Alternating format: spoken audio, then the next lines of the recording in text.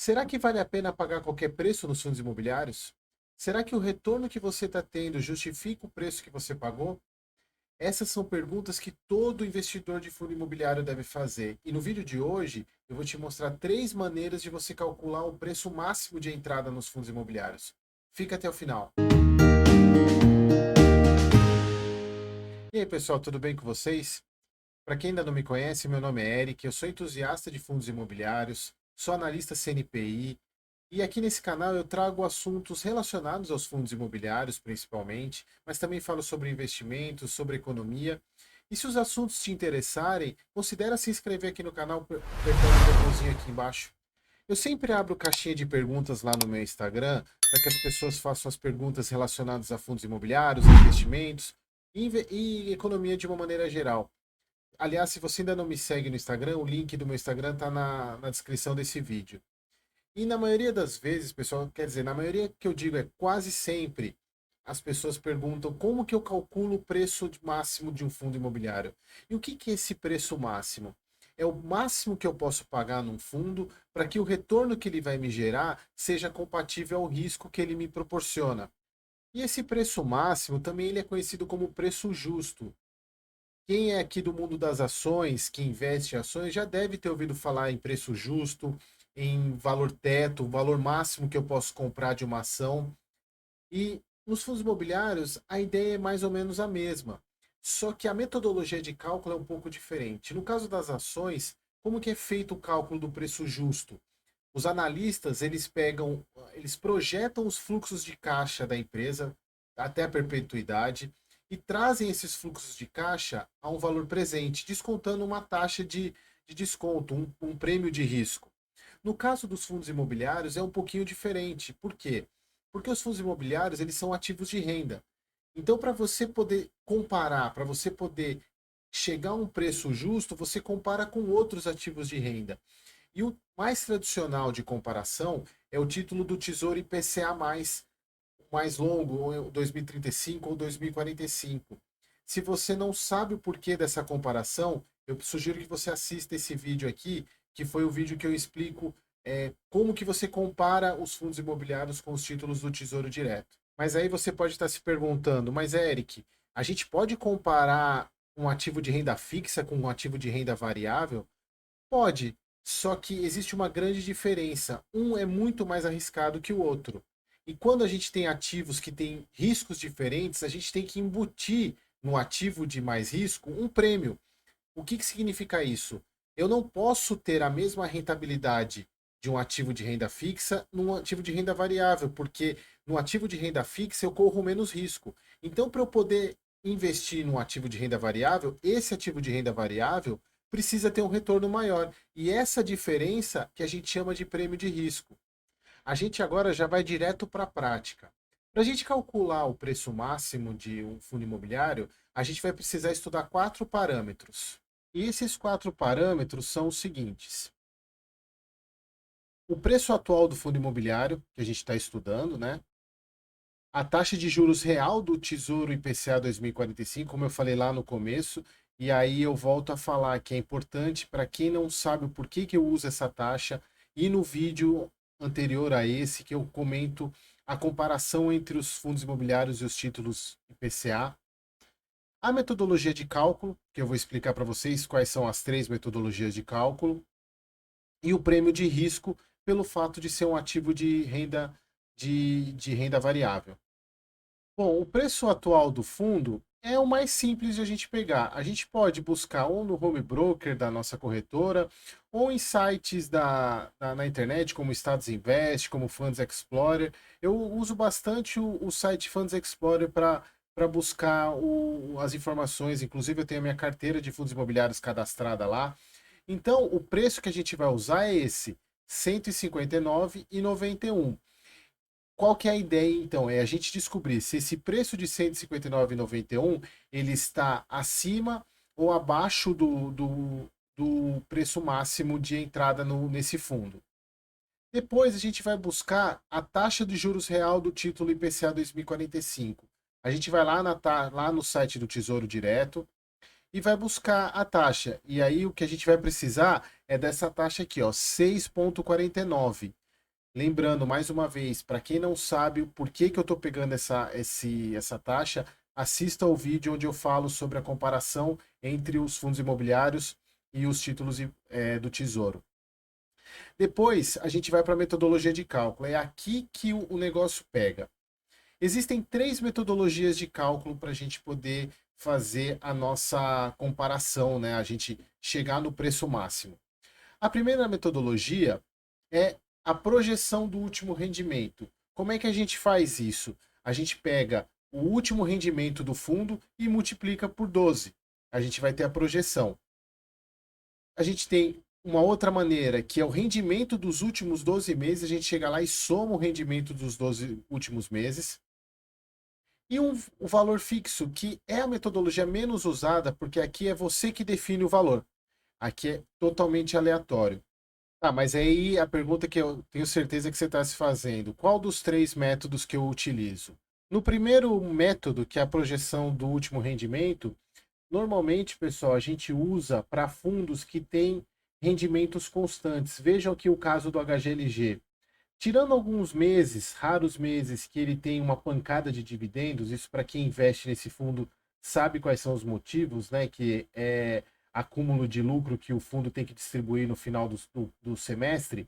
Mas se vocês observarem aqui, ele tem uma tendência de manter sempre o mesmo dividendo. De vez em quando sobe, de vez em quando, aqui, por exemplo, subiu um pouquinho, aqui tá um pouquinho mais baixo, mas se vocês observarem, a tendência é ele pagar sempre a mesma quantidade de dividendos.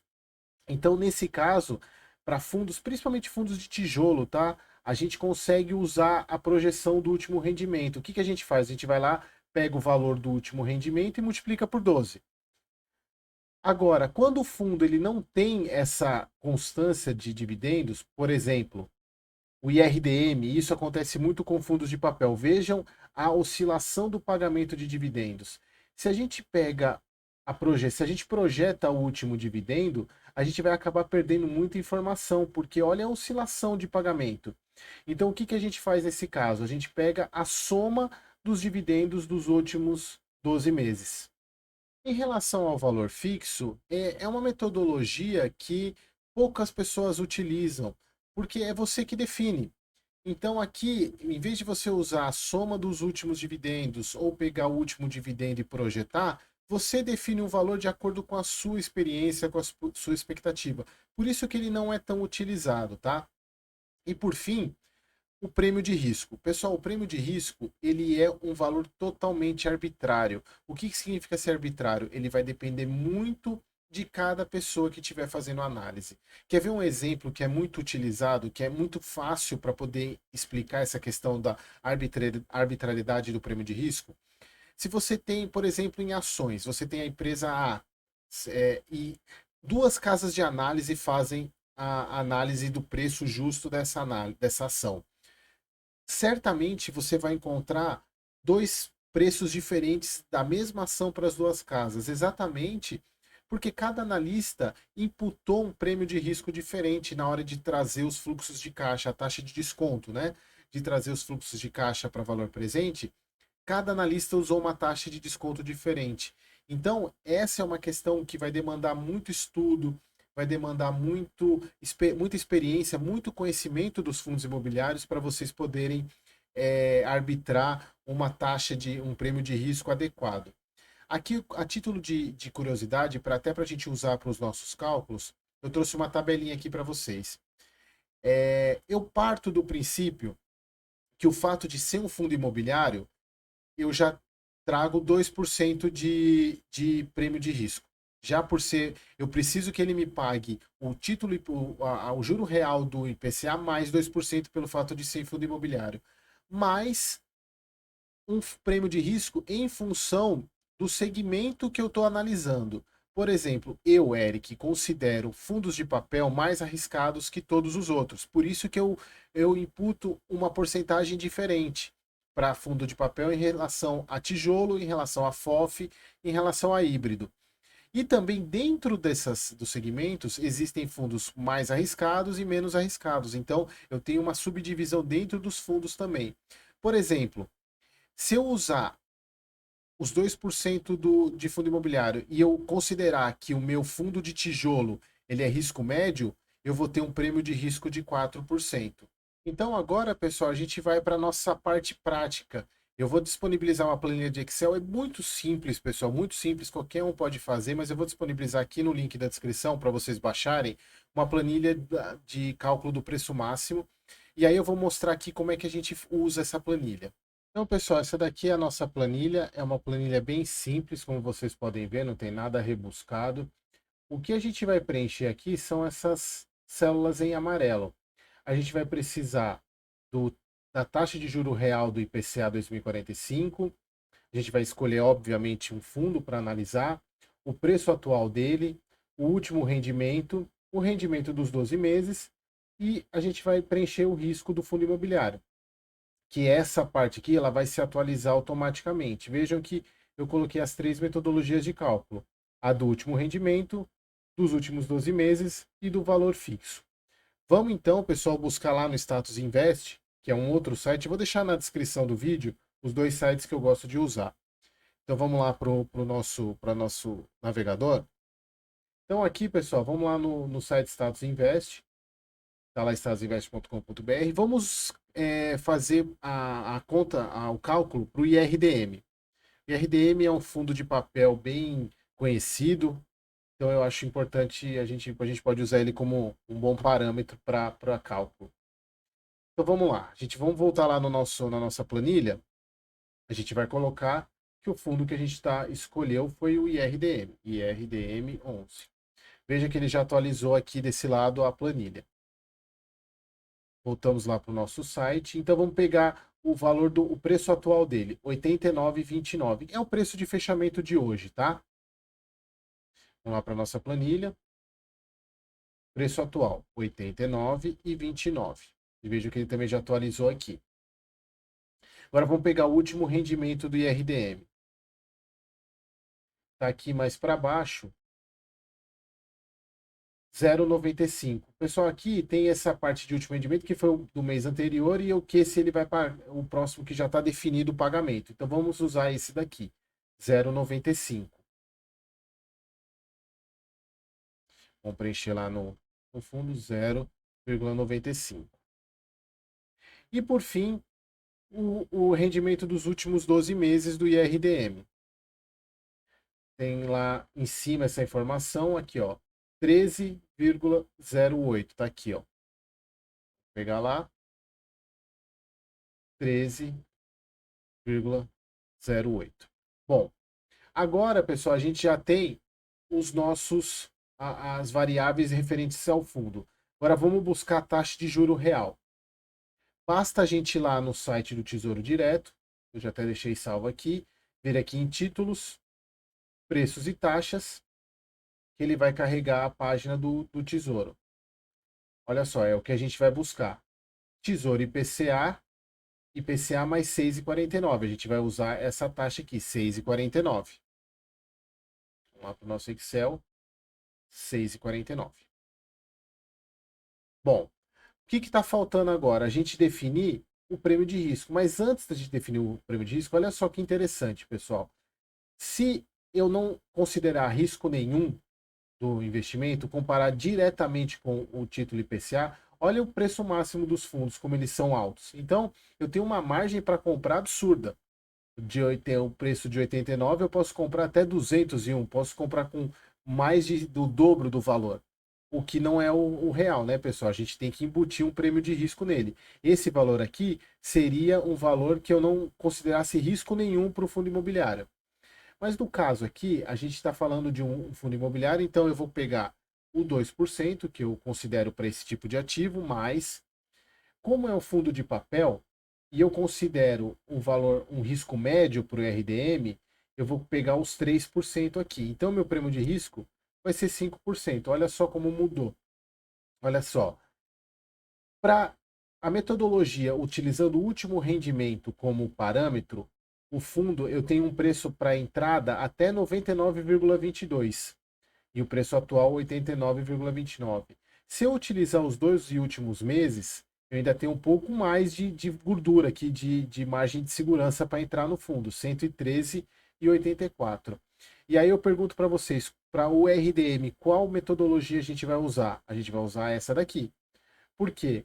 Lembrando lá que a gente mostrou no slide, o IRDM, ele é um fundo que oscila muito o pagamento dos dividendos, diferente do HGLG. Se fosse o HGLG, a gente usaria essa daqui. Agora, no caso do valor fixo, pessoal, a gente pode. Aqui é uma questão simplesmente eu colocar um valor. Ah, eu quero 15 reais por ano de dividendo. Então, meu preço máximo é 130. Essa daqui, pessoal, é mais uma questão ilustrativa, quase ninguém usa. São usados esses dois aqui. Mas vejam só que interessante, pessoal. Eu vou até marcar aqui para a gente poder ficar mais visível essa linha. Na cotação que eu tenho hoje, o IRDM, ele vai me pagar, considerando o risco que eu considero para ele de 5%, mais a taxa do juro real, eu ainda tenho uma margem para comprar de, vamos calcular a porcentagem aqui dessa diferença. Se a gente pegar a diferença entre eles, menos 89, e dividir pelo preço atual, pelo valor máximo, eu tenho 21%, 21,56%. Olha só que interessante, pessoal. Eu ainda posso esperar que a cota do IRDM aumente 21% até eu atingir o preço máximo. Mas eu queria mostrar um outro ponto para vocês aqui que é muito interessante. Olha a influência da taxa de juros no valor dos títulos. Lembra, pessoal, que a gente, para quem já assistiu meus stories, eu vou até fazer um vídeo sobre isso. Se a taxa de juros do título ou a taxa de juros brasileira diminui, vamos pensar que é hoje 6,49, mas se a taxa de juros diminui para 5,50, olha o que acontece. Opa, 5,5. Olha o que acontece com o preço máximo. Ele aumenta. Então, cada vez mais o taxa de juros aumentando, o meu preço máximo ele tende a aumentar. Por exemplo, se eu pegar aqui, se agora vamos pensar se a taxa de juros subir, o meu preço máximo cai. É sempre assim, é sempre inverso a relação, pessoal. Quanto maior a taxa de juros, menor o valor do título. Então, para a gente finalizar aqui nossa planilha, na taxa de juros hoje, utilizando essa taxa de 6,49 de juro real a um preço de 89, eu ainda posso comprar o IRDM até 113, que eu vou estar fazendo um bom negócio. Então, pessoal, perceberam como é simples fazer a avaliação? A avaliação em si, como vocês viram, ela é simples. O que é complicado e complexo nesse caso é definir a taxa exata do prêmio de risco. E isso, pessoal, não se preocupem, com o tempo vocês vão pegar. A ideia é eu trazer mais conteúdos para a gente poder formar um conceito mais tranquilo desse prêmio de risco, porque o prêmio de risco ele vai ficar em função de vocês conhecerem o fundo imobiliário, avaliar o relatório gerencial, entender o porquê que um fundo do mesmo segmento, por exemplo, um fundo de papel tem mais risco que outro. Então, pessoal, isso daí vai apurar a análise de vocês. Mas a base da análise é essa: é você ter a taxa de juros taxa de juros real do título IPCA mais 2045, você ter o valor do título do FII, o preço atual dele, o valor dos últimos 12 meses de rendimento ou o último rendimento, dependendo da fórmula que você vai, do método que você vai estar usando. Eu quero encerrar esse vídeo agradecendo muito as visualizações que eu estou tendo, os feedbacks que eu estou tendo no Instagram e aqui no próprio Facebook, no próprio YouTube. Muito obrigado, pessoal. Eu peço que vocês encarecidamente se inscrevam. Eu continuo vendo que tem pessoas que não. A maioria das pessoas que assistem os vídeos não são inscritas. Então, pessoal, só clica no botãozinho de se inscrever, isso vai me ajudar bastante. A ideia é eu tentar chegar aos mil inscritos, né? Que é a hora que o canal começa a pensar em monetizar. Ainda eu estou bem longe disso, mas a minha preocupação inicial não é essa, é atingir mais pessoas, porque, como eu falei nos vídeos anteriores, o meu objetivo aqui é educação financeira. Pessoal, muito obrigado. Dê um joinha aí no vídeo se vocês gostaram. compartilhem esse vídeo com mais pessoas e até o próximo. Um abraço.